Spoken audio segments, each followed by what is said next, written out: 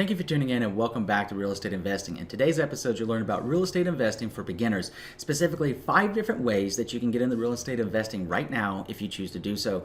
And I'll also list a couple of pros and cons later in this video of things that you might want to think about before you put your hard-earned money on the line in a real estate investment.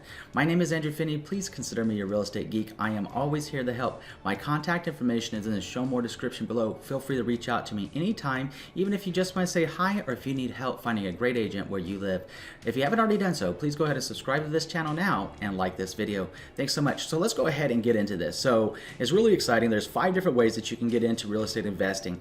Normally one of the first things that people think about is the basic rental property. You also have the flip side, which is like real estate trading, if you will, real estate investment groups, real estate limited partnerships, and real estate mutual funds. So let's go ahead and dig into that a little bit deeper. With the basic rental property is just what it sounds like. So whenever you think of getting into real estate investment and you're saying, oh, I'm going to be a landlord, or you know what, I want cash flow, I want income property, I want to go out and find a single family home or a condominium, townhome, whatever the case may be, a multifamily home perhaps, and invest into it. And the way that I'm going to earn money from it is actually from the tenants paying me money to live there. Well, there's different things that you need to consider. First of all, you need to consider how much money are you going to put down on that, because you're going to more than likely get, unless you have a daddy warbuck somewhere, you get a lot of cash.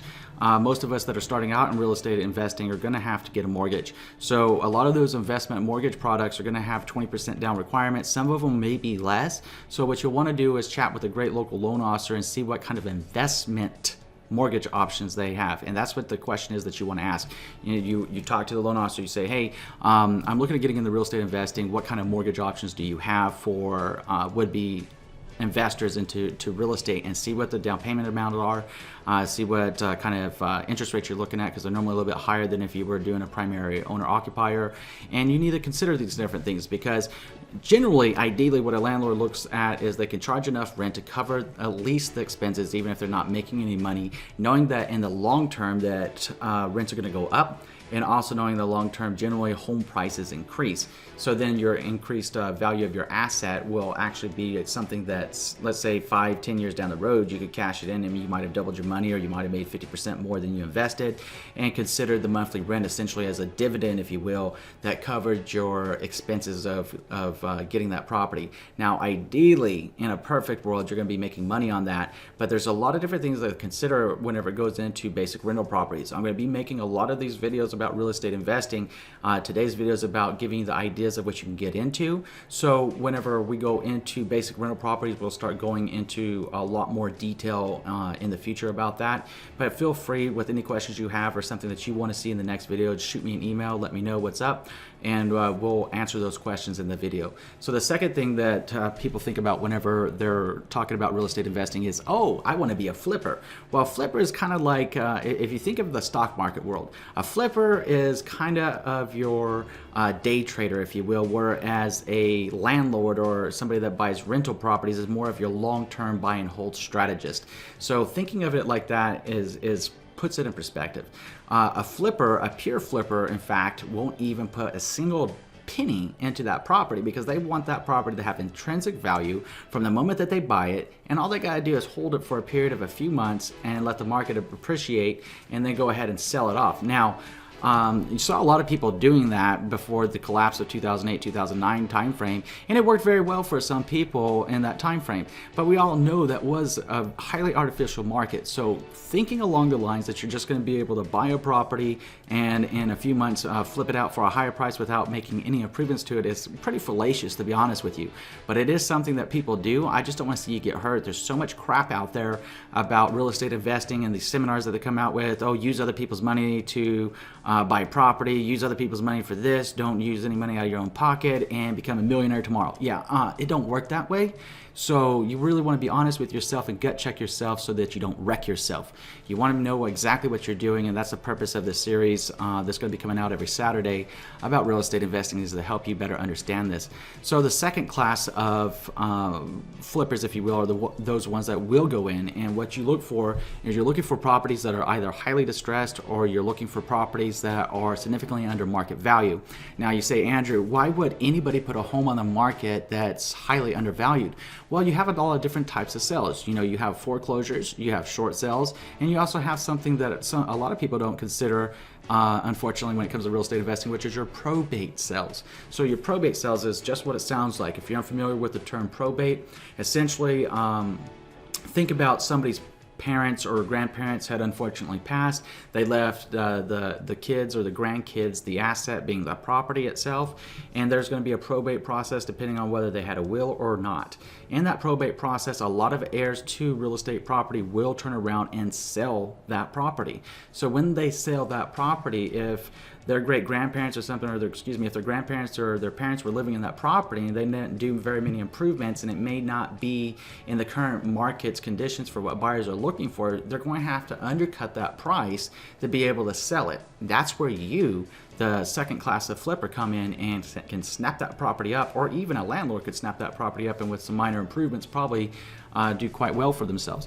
But that's what you would be looking at, because if you can get a property under market value, maybe $10,000, $15,000, $20,000, or let's talk in terms of percentages here, you talk about maybe 10, 20% under market value, then that gives you a lot of leeway. You already know what your margins are going in, you know what kind of margins you're looking at to sell, and you know how long you need to hit it based upon what's trending in your current marketplace as far as home appreciation is concerned.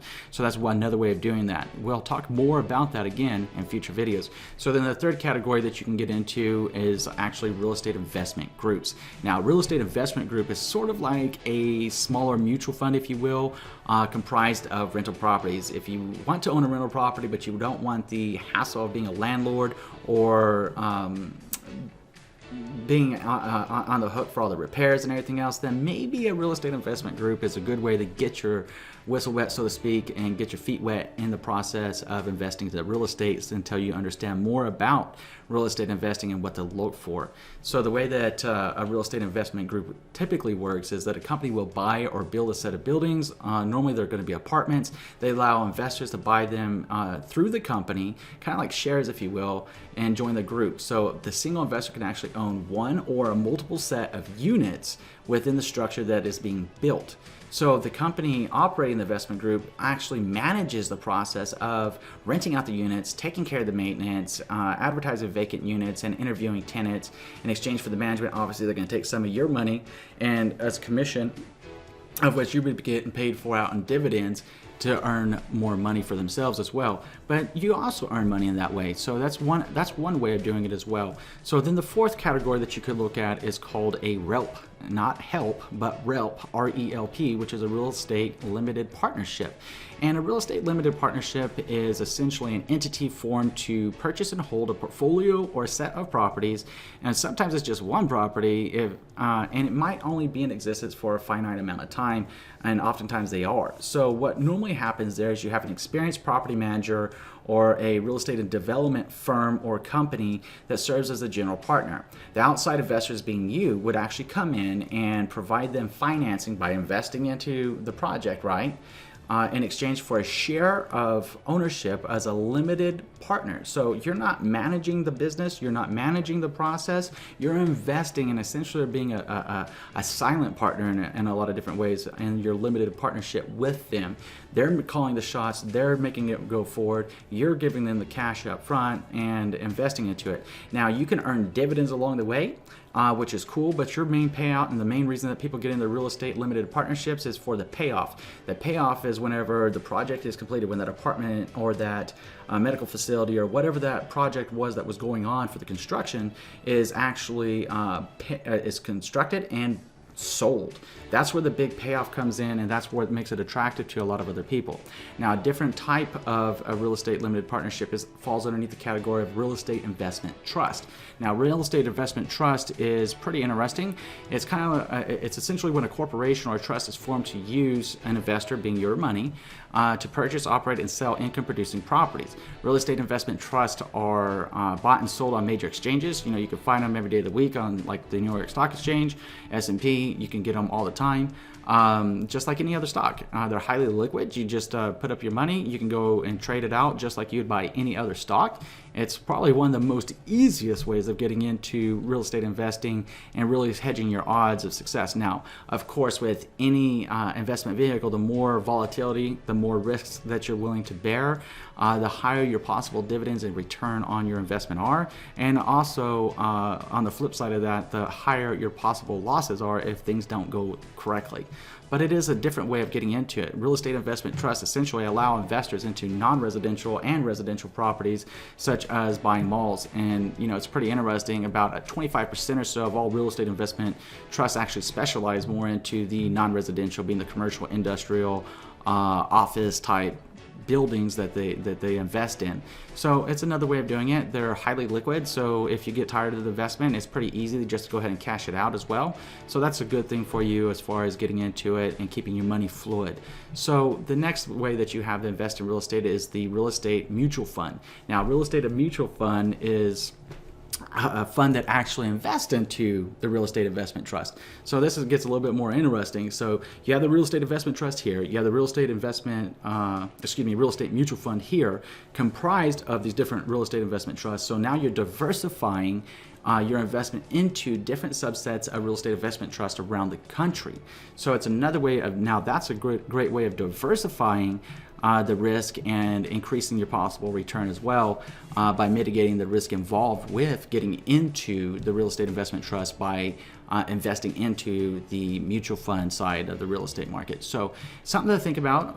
It's a relatively small amount of capital to get involved with that. And again, it's going to be one of those highly liquid type situations, so that if you get tired of the investment or you want to add more to it, you can do it at any time. You can pull out, you can add money depending on what your case is and what you want to do. So then looking into the next aspect is, why do people even invest in real estate? If you got to go through all of this and you got to learn everything about getting into real estate investing, why the heck do people even get into real estate investing? Well, most commonly people get into real estate investing to increase their or enhance their risk and return profile of their investment portfolio.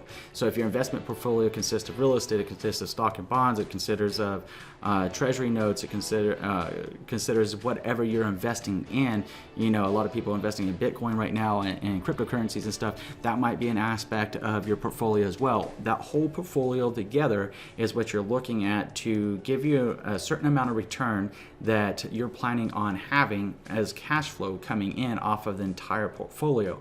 Being that the markets change and the sectors change and industries change, and you're looking to hedge your risks by keeping in, let's say that you wanted an average number of like 7% annually of your total investment portfolio into the bank or more, then what you'd be looking at is you need to hedge for risk. So real estate, it provides one of those hedges, because typically when the stock market is low, real estate is still up. So it gives you an opportunity to hedge yourself in that way. It's pretty interesting as well as whenever we're talking about why they invest into real estate, because if you look at it, even after the subprime mortgage crisis, and you look at the private market commercial real estate, it actually returned an average of about 8.4% over the 10-year period from 2000 to 2010. And that data is actually coming from the National Council of Real Estate Investment Fiduciaries. So it's pretty interesting. The next thing, that's the reason why people get into real estate investing, is generally diversification and protection. So whenever we're talking about diversification and protection, it's because real estate actually has a little bit of a low entry barrier to get into, and it also has a low correlation, or sometimes a negative correlation, with other major asset types. So whenever you talk about that kind of a correlation, it means that when the stocks are down, real estate is often up. So that kind of helps. And it was an interesting report from Robert Shiller of Yale University, who is the co-creator actually of the Case-Shiller Home Price Index, that going back to 1956, and there were 15 bear markets since 1956 to the present in 2018. Of those 15 bear markets, 14 of them were actually going to saw real estate prices rise. So that's the data that Robert Shiller put together from Yale University. So when you look at that, even in a bear market, you're talking about real estate prices rising. That's another reason why people get in, is to diversify the portfolio, protect their asset, being your hard-earned cash, your hard-earned money that you worked so hard for, and make it work for you. So that's another reason why people do it. A third reason why people get into real estate investing is actually inflation hedging. So as inflation increases, we need different ways, or stabilizes, we need different ways to hedge what inflation is doing to our money. So, I mean, the same $100 that we have today, obviously the purchasing power is going to be less. It's going to be diminished 1 year from now by whatever the rate of inflation was. And that's right off the top before you get any return on your investments. So if that number is like 4%, that means $100 today is $96 tomorrow. That sucks. So we got to hedge for that, and one of the ways of hedging for that is in real estate and other investment vehicles that we have. That we ideally need at least 4%, or whatever the inflation rate is. We need at least that amount so that we retain the same purchasing power with our same $100 that we're talking about in this example today and tomorrow and into the future. Now, anything above and beyond that, now we're starting to get profitable and we're starting to grow our assets, and we're able to look at different things along that line. And real estate is one of those things that can help with that. The power of leverage is another reason why people get into it. The only exception would be with like real estate investment trust. Investing in real estate normally gives an investor a tool that's not available in the stock market. It's leverage. You own the asset, so no one can take it from you unless you don't pay the bill and everything else. So I mean, you have a real asset here. Whereas with stock, you pay the full value of the stock, and you pay for it, you buy it, and you move on, unless you bought it up margin, and that's a different case. So, the ways in that you get leverage is through the beauty of the thing called a mortgage. And sometimes people think of mortgage as a bad thing, but when you're looking at a mortgage as far as real estate investing is concerned, it's a pretty interesting opportunity.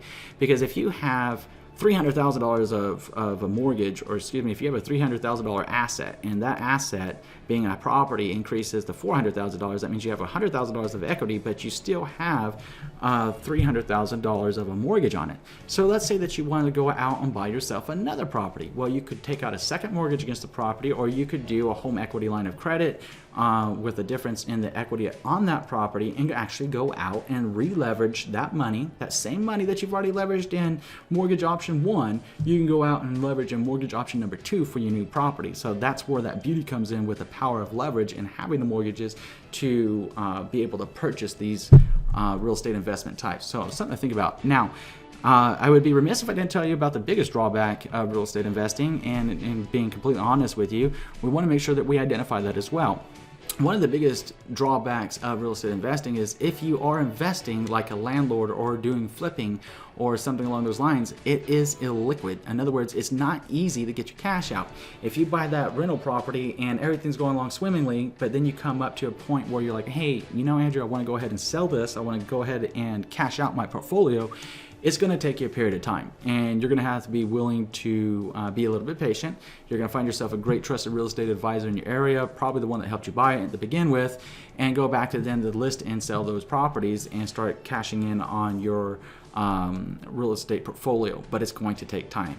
Even whenever you're flipping, I mean, things that people think about when they're flipping, and it's kind of amazing. And first of all, most flippers fail. And they normally fail because they didn't watch videos like this, and they didn't learn how to do it correctly and the things to look for. That's a different side note, kind of a primer, if you will, to one of the future videos about flipping real estate. That being said, whenever it comes to flipping real estate, if everything goes right, it's great. But what about the times that it goes wrong? What about the times that you end up holding the property for longer than you anticipate, and now you have all your cash tied up in this asset that's now draining you on a monthly basis? Instead of giving you a positive cash flow, it's giving you a negative cash flow. So that's where being illiquid can hurt. Whereas within a real estate investment group, a real estate limited partnership, real estate investment trust, real estate mutual funds, they're very, very, very, very liquid, and you just floop. Take a little bit more patience with the real estate investment group and real estate limited partnership, but the real estate mutual fund and real estate investment trust, I mean, you get up one morning, hey, I don't want to be in this anymore, you can cash out. Or hey, I want to get into this, boom, you can cash in. So there's a lot of different things like that. The bottom line here for this video about real estate investing for you, the beginners, and anyone else that's just curious about getting into real estate investing, is you need to always come up with a game plan, come up with a strategy that's going to work best for you. You need to consider what you're getting into, assess your own needs as far as your risk assessment is concerned. Please don't ever invest more money than you have in the sense that what you need to live on. Don't go broke that way. Please don't do that. Whether it's real estate or anything else, make sure that you can always take care of yourself and your responsibilities, and only with additional money that you may have put that on the line for real estate investing or other investments. Consider everything like a gamble, because it is. We've seen things go up and fortunes go way out of whack. Like winning the lottery makes the lottery look like a joke in some of the cases of what people have been able to do investing appropriately in their portfolios, real estate included. And then you've also seen on the flip side of that where it's like losing everything because the market just changed, everything went down. So you need to assess your own risk profile, and you need to be comfortable with what you're doing. You need to understand what you're doing, and by planning ahead today, and by planning ahead and coming up with a game plan, even if you're thinking and you're chomping at the bit right now, I want to get into real estate investing right now, do some more research, listen to more videos, watch the other videos on this channel about real estate investing, and watch and read other things about real estate investing, and make sure that you're doing it right. Don't believe the smoke and the mirrors out there that say, oh, it's easy.